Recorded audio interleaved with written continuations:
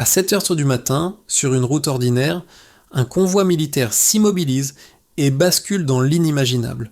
En quelques minutes, une mission logistique devient une trahison armée, avec du matériel stratégique intact, des soldats désarmés et un État confronté à une décision qui peut tout embraser.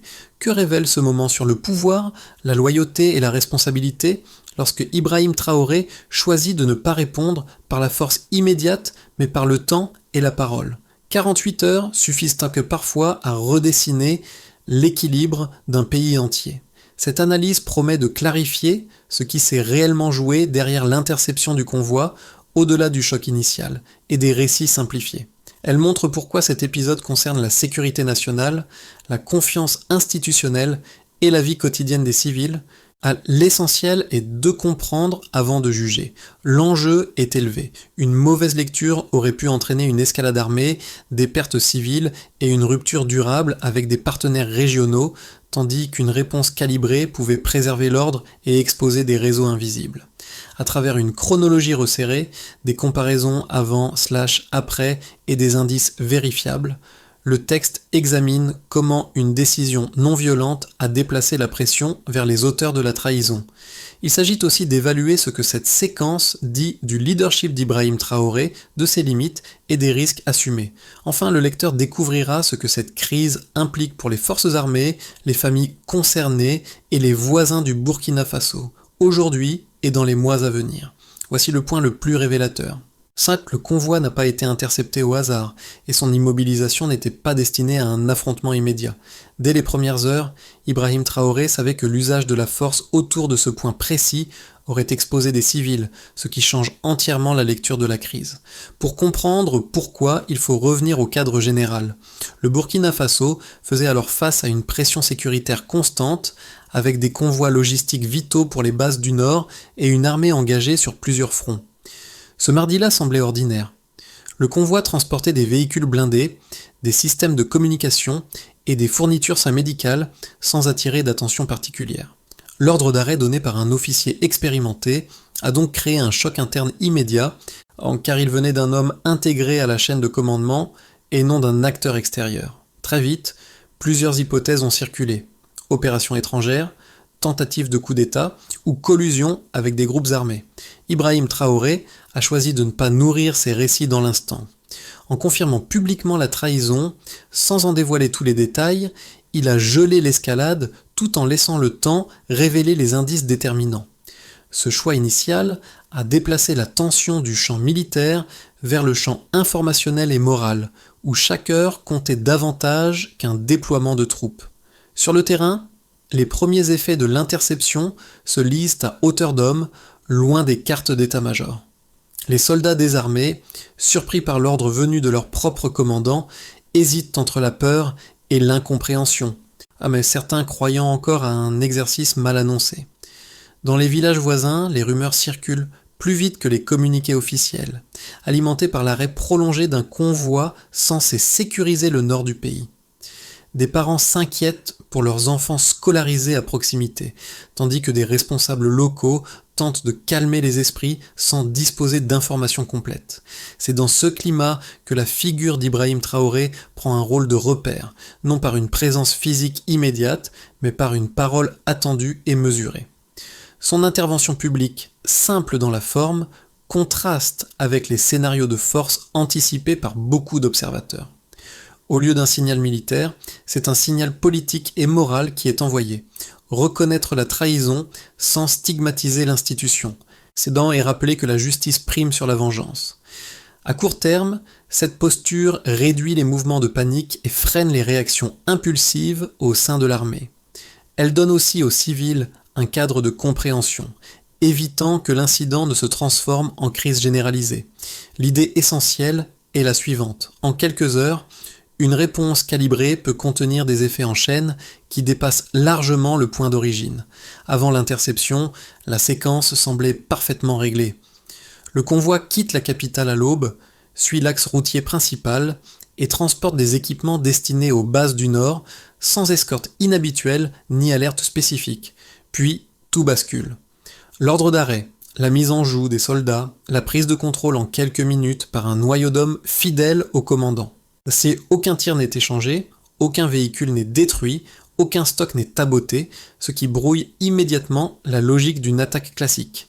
Après cette première bascule, les communications sont coupées et le convoi reste immobilisé. À la capitale, l'état-major apprend la nouvelle avec retard, ce qui accroît l'incertitude et laisse place à des interprétations concurrentes. Certains évoquent une opération téléguidée de l'extérieur, d'autres une tentative interne de déstabilisation politique. Dans ce climat, la réaction d'Ibrahim Traoré tranche avec les attentes. Plutôt que de mobiliser des unités d'élite ou de décréter un état d'urgence, il choisit une prise de parole directe et sans mise en scène. Il confirme les faits essentiels, reconnaît la gravité de la trahison et pose publiquement la question des motivations, sans désigner encore de responsable précis. Cette transparence partielle produit un premier effet, car elle coupe court aux rumeurs les plus explosives tout en signalant que l'État garde le contrôle du tempo. La séquence suivante est décisive. Ibrahim Traoré annonce un délai de 48 heures pour une reddition volontaire assortie d'une promesse de procès équitable. À l'extérieur, cette annonce est perçue comme une faiblesse. Des analystes internationaux parlent de naïveté. Certains médias évoquent un pouvoir hésitant et des acteurs économiques s'inquiètent d'une instabilité prolongée. Sur le terrain, pourtant, la dynamique évolue autrement. Des vidéos amateurs commencent à circuler, montrant l'emplacement exact du convoi, stationné à proximité immédiate d'une école en activité. Et ce détail change la perception du public. Toute intervention armée aurait exposé des civils, en particulier des enfants. La pression se déplace alors vers le commandant retranché, sommé par les familles et par l'opinion de quitter ce lieu sensible. À mesure que les heures passent, des hommes qui l'avaient suivi commencent à se retirer discrètement. Ils expliquent avoir cru à une mission légitime et refusent désormais d'assumer les conséquences d'une trahison avérée. Le compte à rebours transforme l'isolement initial de l'État en isolement progressif du traître. Lorsque le commandant tente de reprendre l'initiative médiatique par une interview, il révèle sans le vouloir l'erreur stratégique centrale, croire que le temps jouait contre le pouvoir. La publication ultérieure d'un document contractuel change définitivement l'équation. La ligne d'événements se referme ainsi sur un renversement complet où la patience institutionnelle a neutralisé ce que la force immédiate aurait aggravé. Avant la prise de parole, la référence implicite était une réponse militaire rapide, souvent mesurée en minutes ou en heures, avec un risque élevé de dommages collatéraux. Après la décision d'attendre, le cadre change nettement. Le temps devient l'outil central et la pression se déplace sans un seul tir. Premier repère, 48 heures. Ce délai public, ni trop court ni trop long, a créé une fenêtre où chaque acteur devait se positionner sous le regard de l'opinion. Concrètement, ces 48 heures ont permis l'émergence d'informations que l'action immédiate aurait étouffées, notamment sur l'emplacement exact du convoi et la présence de civils à proximité. En deuxième repère, 20 minutes, c'est la durée de l'intervention vidéo d'Ibrahim Traoré, enregistrée sans montage ni décor, un format inhabituel dans une crise militaire. Ces 21 minutes ont servi à établir 3 points mesurables: reconnaissance officielle de la trahison, absence de menaces armées et engagement explicite en faveur d'un procès équitable. Par comparaison, les communications de crise précédentes dans la région se limitaient souvent à quelques minutes ou à des communiqués écrits, laissant place aux interprétations. Troisième repère, 3 millions de dollars. Ce montant, mentionné dans le contrat ultérieurement publié, recontextualise la trahison comme un calcul financier plutôt qu'un acte idéologique. La révélation d'un engagement signé 6 mois plus tôt établit une chronologie claire. La crise n'est pas née le jour de l'interception, mais d'un processus préparé dans la durée. Chaque chiffre apporte une couche de compréhension supplémentaire, transformant un récit émotionnel en dossier structuré. Le contraste avant/après est net. Avant la publication des preuves, les analystes extérieurs anticipaient un effondrement sécuritaire et un retrait accéléré des investisseurs. Après la divulgation du contrat et la reddition, le risque immédiat diminue, le matériel est récupéré intact et les civils restent indemnes. Le coût humain, souvent la variable la plus lourde, reste à 0 dans cet épisode précis. Ces données montrent que la stratégie n'était pas fondée sur l'inaction, mais sur un calcul précis des effets. En laissant le temps agir, Ibrahim Traoré a transformé un avantage tactique du traître en vulnérabilité publique. Chaque heure supplémentaire augmentait la visibilité de la faute et réduisait l'espace de négociation informelle. Au-delà des chiffres bruts, la leçon quantitative est simple. Une réponse mesurée en jours peut produire plus d'effets qu'une réponse mesurée en minutes, lorsque l'information et l'opinion deviennent des leviers. Ici, les nombres ne servent pas à impressionner, mais à démontrer comment une séquence maîtrisée peut neutraliser une crise sans escalade. Alors, une question s'impose. Combien d'autres crises traitées dans l'urgence auraient pu suivre une trajectoire différente avec ce type de calcul? L'argument opposé mérite d'être formulé dans sa version la plus solide. Selon ses défenseurs, quand une réponse immédiate et armée aurait envoyé un signal clair. Aucune trahison ne reste impunie et toute hésitation affaiblit l'autorité de l'État. Dans un contexte sécuritaire fragile, disent-ils, le temps joue presque toujours en faveur des mutins, qui peuvent consolider leur position, négocier des soutiens extérieurs ou provoquer un fait accompli. Un deuxième point renforce cette lecture. L'annonce publique d'un délai de 48 heures aurait pu être interprétée comme un aveu d'impuissance, encourageant d'autres acteurs internes à tester les limites du pouvoir. Dans cette logique, la dissuasion repose sur la rapidité et la démonstration de force, non sur la patience ou la pédagogie politique. Ces arguments ne sont pas que théoriques. Dans plusieurs crises régionales passées, l'attentisme a effectivement débouché sur des pertes territoriales, une fragmentation de la chaîne de commandement et une spirale de violence difficile à enrayer. À première vue, la prudence d'Ibrahim Traoré semblait donc contredire les manuels classiques de gestion de crise militaire. Mais l'effet spécifique de cette séquence affaiblissent progressivement cette position. D'abord, il y a un élément spatial. Le convoi immobilisé à proximité d'une école transformait toute intervention armée rapide en risque majeur pour les civils. Ensuite, il y a un élément informationnel. L'absence de destruction du matériel indiquait que l'objectif n'était pas la rupture immédiate, mais une mise sous pression politique. Surtout, la stratégie du délai n'a pas laissé un vide, elle a été remplie par une communication contrôlée, passée par la circulation d'images vérifiables et finalement par la publication d'un document contractuel précis. Chaque étape a réduit la crédibilité du commandant retranché et a fissuré son réseau de soutien sans offrir de prétexte à une escalade armée. L'argument de la faiblesse se heurte alors à un constat empirique. Aucune nouvelle défection majeure n'a suivi l'annonce du délai et au contraire, des hommes impliqués ont commencé à se retirer. La dissuasion n'a pas disparu. Elle a changé de forme, passant de la menace physique à l'exposition publique et judiciaire. Ainsi, la réponse d'Ibrahim Traoré ne nie pas les principes de fermeté. Elle les applique sur un autre terrain où la perte de légitimité devient plus coûteuse que la confrontation directe. Le Stillman s'effondre, non par idéologie, mais parce que les données observables contredisent ces hypothèses clés.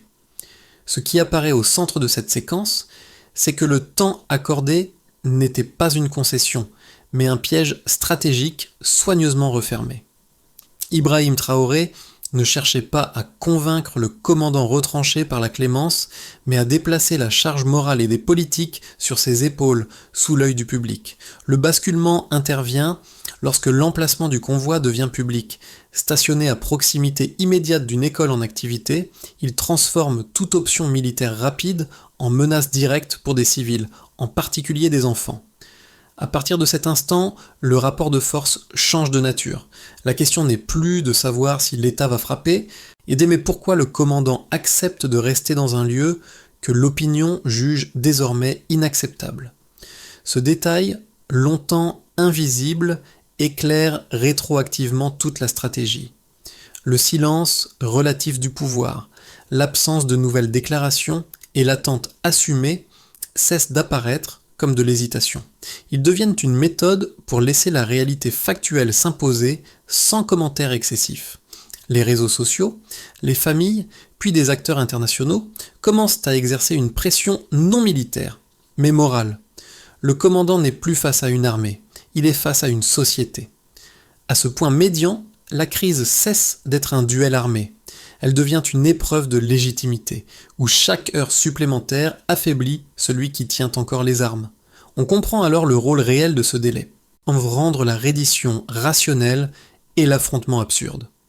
Pour l'État et les institutions, la première conséquence est la récupération intacte du convoi et de ses équipements, sans pertes humaines ni destruction matérielle. Ce résultat renforce la crédibilité de la chaîne de commandement et démontre qu'une crise majeure peut être contenue sans recourir immédiatement à la force. Il permet aussi d'ouvrir des procédures judiciaires sur des bases solides avec des preuves documentées plutôt qu'avec des aveux arrachés sous pression. Pour Ibrahim Traoré, l'épisode devient un test public de gouvernance, où la cohérence entre discours et action est observée au-delà des frontières nationales. Du côté des forces armées, l'impact est plus subtil mais durable. Les soldats impliqués comprennent que la loyauté est évaluée non seulement dans l'obéissance, mais dans la capacité à refuser des ordres manifestement illégitimes. La reddition sans affrontement envoie un signal interne. La trahison expose à l'isolement progressif, tandis que le retour volontaire ouvre la voie à un traitement judiciaire encadré. À court terme, cela limite les fractures internes et réduit le risque de réaction en chaîne. Pour les civils, en particulier les familles et les communautés locales, la conséquence la plus tangible est l'absence de victimes.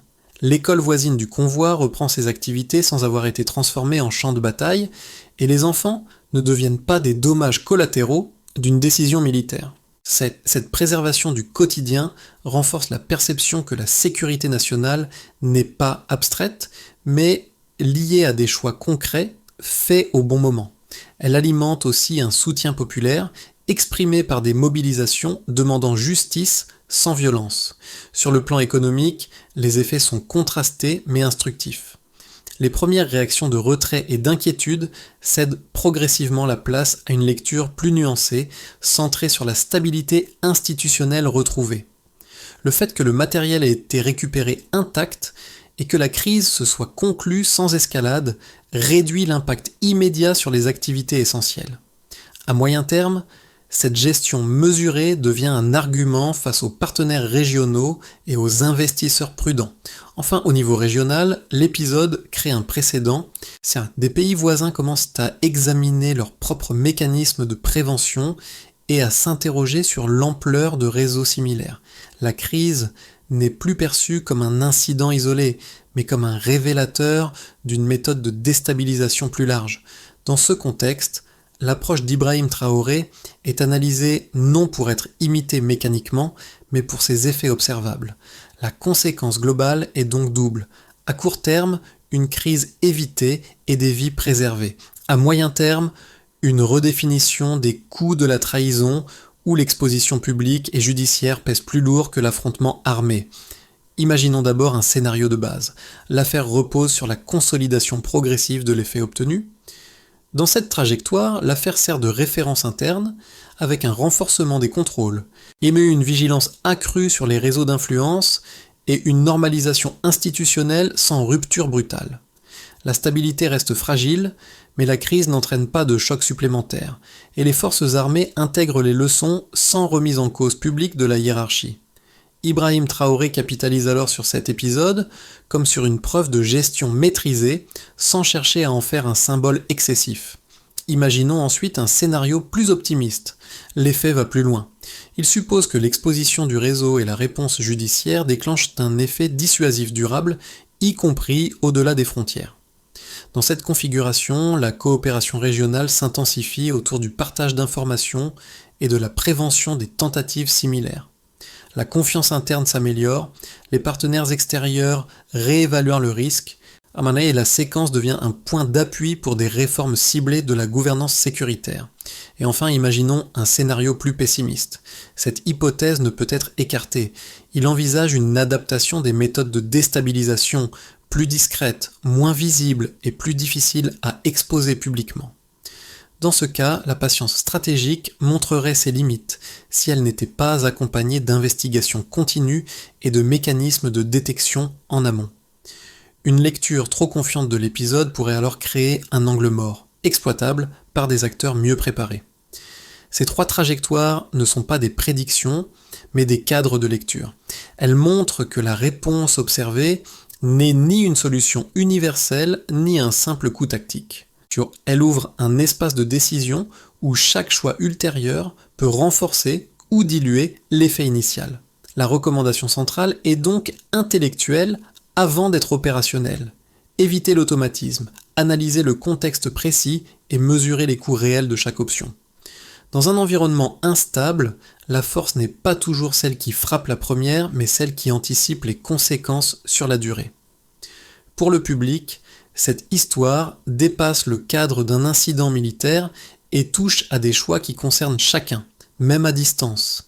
Elle rappelle que les décisions prises au sommet ont des répercussions directes sur des vies ordinaires, sur des écoles qui ouvrent le matin et sur des familles qui attendent le retour de proches engagés sur le terrain. Dans ce sens, la crise devient lisible, non comme un affrontement abstrait, mais comme une succession de décisions aux effets concrets.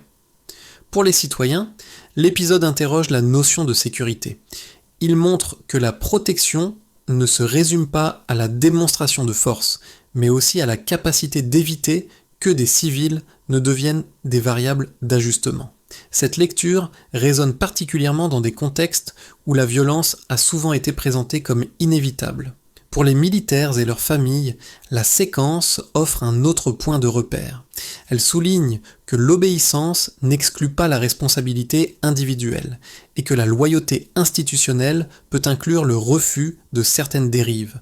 La reddition progressive des hommes impliqués illustre que des marges de choix existent, même sous pression. Pour les observateurs extérieurs, l'affaire pose une question plus large sur le leadership. Ibrahim Traoré apparaît ici non comme une figure idéalisée, mais comme un décideur confronté à des arbitrages risqués, assumés publiquement. Ce positionnement invite à dépasser les jugements rapides et à examiner les résultats avant les intentions. Enfin, pour le lecteur lui-même, l'histoire agit comme un miroir. Elle invite à se demander comment chacun réagit face à l'urgence, à la peur et à l'incertitude. Cherche-t-on la solution la plus rapide ou celle qui minimise les dommages à long terme ? La force de cette séquence tient précisément à cette projection. Elle transforme un événement localisé en une réflexion universelle sur la responsabilité, le temps et le coût réel des décisions prises dans l'urgence. La première étape consiste à formaliser l'enquête judiciaire, avec une séparation claire entre la phase militaire et la phase civile. Dans ce cadre, Ibrahim Traoré insiste sur un principe simple: identifier les responsabilités individuelles, documenter les faits et laisser la justice suivre son cours sans pression politique visible. Cette clarification réduit le risque de règlement de comptes internes et protège l'institution sur le long terme. La deuxième étape vise la prévention. Elle passe par un audit ciblé des postes sensibles, non pour instaurer une suspicion généralisée, mais pour repérer les vulnérabilités financières ou structurelles exploitables. L'objectif est d'agir en amont, avant que des promesses extérieures ne se transforment en levier de chantage ou de corruption. La troisième étape concerne la communication. La crise a montré que l'information, lorsqu'elle est précise et vérifiable, peut désamorcer des dynamiques violentes. Institutionnaliser ce type de communication de crise permet de réduire l'espace des rumeurs et d'impliquer l'opinion sans la manipuler. Une quatrième étape touche à la reconnaissance interne. Les officiers et soldats qui ont refusé de participer ou qui se sont retirés doivent être identifiés et protégés. Ce signal positif renforce l'idée que l'intégrité est récompensée et que la loyauté ne se négocie pas sur un marché parallèle.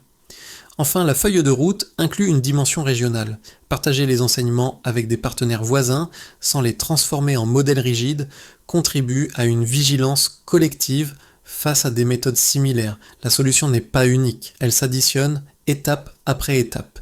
Chaque étape réduit la probabilité qu'une crise comparable se reproduise dans les mêmes conditions. Le rappel final ramène à l'image la plus simple de cette séquence.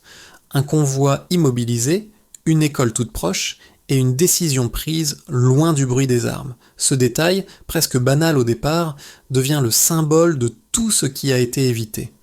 des enfants qui continuent d'aller en classe, des soldats qui rentrent vivants et un pays qui ne bascule pas dans une spirale irréversible. Dans ce cadre, la figure d'Ibrahim Traoré n'est pas celle d'un chef victorieux au sens classique, mais celle d'un décideur qui accepte l'impopularité temporaire pour préserver l'essentiel. Son choix rappelle que le courage politique ne se mesure pas uniquement à la rapidité de la riposte, mais à la capacité de supporter la pression sans céder à la facilité. L'émotion ne vient pas d'un triomphe spectaculaire, mais d'une retenue assumée. Il n'y a pas d'image de combat, pas de discours enflammé, seulement la confirmation que la justice peut remplacer la vengeance sans perdre en autorité. Ce silence relatif, après la tempête médiatique, agit comme un contraste puissant. En refermant cette histoire, ce qui demeure n'est pas la chute d'un homme, mais la préservation d'un cadre collectif. La loyauté n'y est pas idéalisée. Elle est rendue visible par des choix concrets et des conséquences assumées. Ibrahim Traoré laisse ainsi une trace qui dépasse l'événement lui-même, en montrant que certaines victoires se reconnaissent surtout à ce qui n'a pas eu lieu. Cette séquence se referme sans conclusion définitive, car son intérêt principal réside dans les questions qu'elle laisse ouvertes. Elle invite à réfléchir à la manière dont une société évalue la force, la patience et le coût réel des décisions prises dans l'urgence. Plutôt qu'un modèle à copier, l'épisode devient un point de discussion sur ce que signifie gouverner sous contrainte avec des vies civiles en jeu. Pour certains, la réponse d'Ibrahim Traoré apparaîtra comme un pari risqué mais rationnel. Pour d'autres, elle soulèvera des doutes sur les limites de la retenue et sur ce qu'il faut faire lorsque les preuves tardent à émerger. Ces lectures divergentes sont précisément ce qui rend l'analyse utile, car elles obligent à confronter des valeurs parfois contradictoires. À un niveau plus large, l'histoire pose une question simple et inconfortable. Dans un contexte de crise, faut-il toujours privilégier la solution la plus rapide, ou celle qui minimise les dommages invisibles à long terme? Il n'y a pas de réponse universelle, seulement des choix et leurs conséquences. Si ce récit vous interpelle, la discussion ne fait que commencer. Partager une lecture, nuancer un point ou poser une objection participe à cet échange collectif. C'est dans ce dialogue, plus que dans les certitudes immédiates, que se construit une compréhension plus fine des décisions qui façonnent nos sociétés.